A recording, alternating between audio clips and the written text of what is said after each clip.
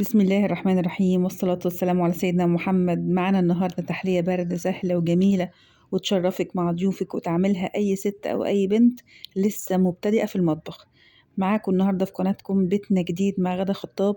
هتقدري تعمليها في وقت قصير جدا وبدون أي مجهود ولا أي تكلفة عالية. المقادير معايا النهاردة 250 جرام بسكوت سادة أي نوع، النوع اللي انت عايزاه، وتطحنيه كويس قوي معاكي في الكبة بحيث انه يكون ناعم كده زي البودرة. وهتضيفي عليه معلقتين كبار هرميين كاكاو خام، يكون نوع كويس ونوع نضيف، ويفضل النوع الأسباني، هو ده أفضل نوع في السوق. هتقلبي خليط البسكوت الناعم مع الكاكاو كويس جدا لحد ما الخليط كله يمتزج مع بعضه. هنا أنا حسيت إن الخليط محتاج معلقة كاكاو كمان، فزودت معلقة، فكده بقوا 3 معالق كاكاو كبار. وضفت عليهم نص معلقة زبدة سايحة أو نص معلقة سمنة زي ما يكون متوفر عندك، وبدأت أبسس الخليط كويس جدا لحد ما يبقى عندي زي الرمل المبلول. هتبدأي تخلطي كويس جدا لحد ما يمتزج كله مع بعضه. هتسيبيش المعلقة من ايدك ولا الخليط غير لما تحسي ان هو بقى بالشكل ده كده.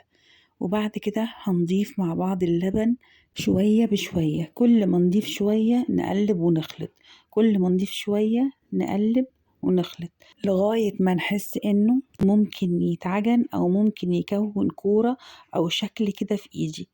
ما نسيبش ابدا الخليط غير لما نتأكد انه تشرب كمية اللبن اللي معايا، وبرضو اضافة اللبن حبة بحبة. نخلي بالنا يا بنات لو البسكوت عادب نزود معلقتين سكر بودرة مع خليط البسكوت والكاكاو، انما لو البسكوت سكره مظبوط او حلو خلاص ما نزودش اي سكر مع الخليط عشان تعرفي تاكليه او يطلع طعمه مظبوط. بعد كده هسيب بقى المعلقة وامسك الخليط بايدي، لان ايدي اكتر حاجة هتحس بالعجينة واقدر اميز قوي اذا كان هتلم معايا ولا لا. انا كده خلاص اتأكدت ان العجينة معايا بقت مظبوطة وكونت كورة كده زي ما انتوا شايفين في ايدي. هبدأ بقى ألمها كويس قوي واجمعها، وهبدأ بقى اشكلها على هيئة اسطوانة، على ورق فويل او ورق زبدة او ستريتش رول. هشوف المتاح عندي هستخدمه وهلفها كويس قوي.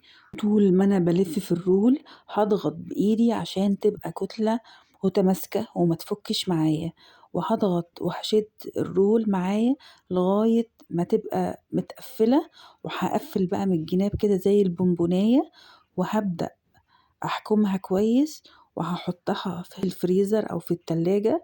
لو هحطها في التلاجة احطها لمدة ساعة، ولو في الفريزر احطها لمدة نص ساعة او تلت ساعة. وبعد كده هطلعها هفك منها ورق الزبدة وهلاقيها ما شاء الله متماسكة وكلها قطعة واحدة زي ما احنا شايفين كده، ولا اتكسرت ولا مشقة ولا اي حاجة، زي الفل. وهنبدأ بقى نقطعها كده واحدة واحدة بالراحة لحد ما يظهر معايا الشكل النهائي ليها زي ما احنا شايفين كده. هيكون حوالي سمك القطعة منها حوالي سنتي عشان تطلع حجمها معقول وتعرفي تزينيها بالشوكولاتة.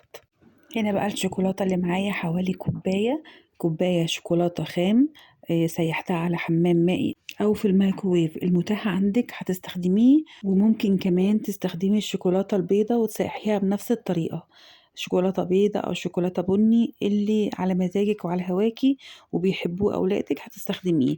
وهنغمز كل واحدة منهم في الشوكولاتة البني، وهنرصها كده على جنب لحد ما نكمل كل القطع اللي معايا. زي ما احنا شايفين كده أصبحت بالشكل ده كده، شكلها تحفة ولا الجاهز كأنك جايباها من عند أحسن حلواني. وهنا اتبقى معايا شوية شوكولاتة سايلة من اللي أنا كنت مسيحاها، وحطيتهم في كيس حلواني صغير وبدأت أزين بيها الوش بشكل عشوائي زي ما احنا شايفين كده بالشكل ده. دخلتها بقى في التلاجة شوية عشان الشوكولاتة تشد، وابدأ بقى ان انا ارصها في الاطباق وابدأ احضرها عشان التقديم. شايفين كمية البسكوت اللي عندي 250 جرام، طلعولي كمية رهيبة تكفي عدد كبير، ده غير كمان انها هتشرفك قوي لو جالك ضيف. شايفين بقى المنظر رهيب جدا وسهلة جدا وعلى كمية المقادير اللي فيها القليلة، طعمها تحفة ورهيب. فعلا مش هتتخيلي الطعم الجميل اللي هيطلعلك بعد المجهود القليل ده. في 10 دقايق أو في ربع ساعة بالكتير هيطلعلك الناتج النهائي ده، قطعة بسكوت بالشوكولاتة متماسكة وجميلة جدا وطعمها مميز جدا. الوصفة هتلاقوها بالتفصيل تحت في الوصف. أتمنى أنكم تجربوا الوصفة وتقولوا لي رأيكم في التعليقات، وأتمنى دعمكم باللايك والاشتراك وتفعيل الجرس على الكل عشان يوصل لكم كل جديد من قناتي بيتنا جديد مع غدا خطاب. والسلام عليكم ورحمة الله وبركاته.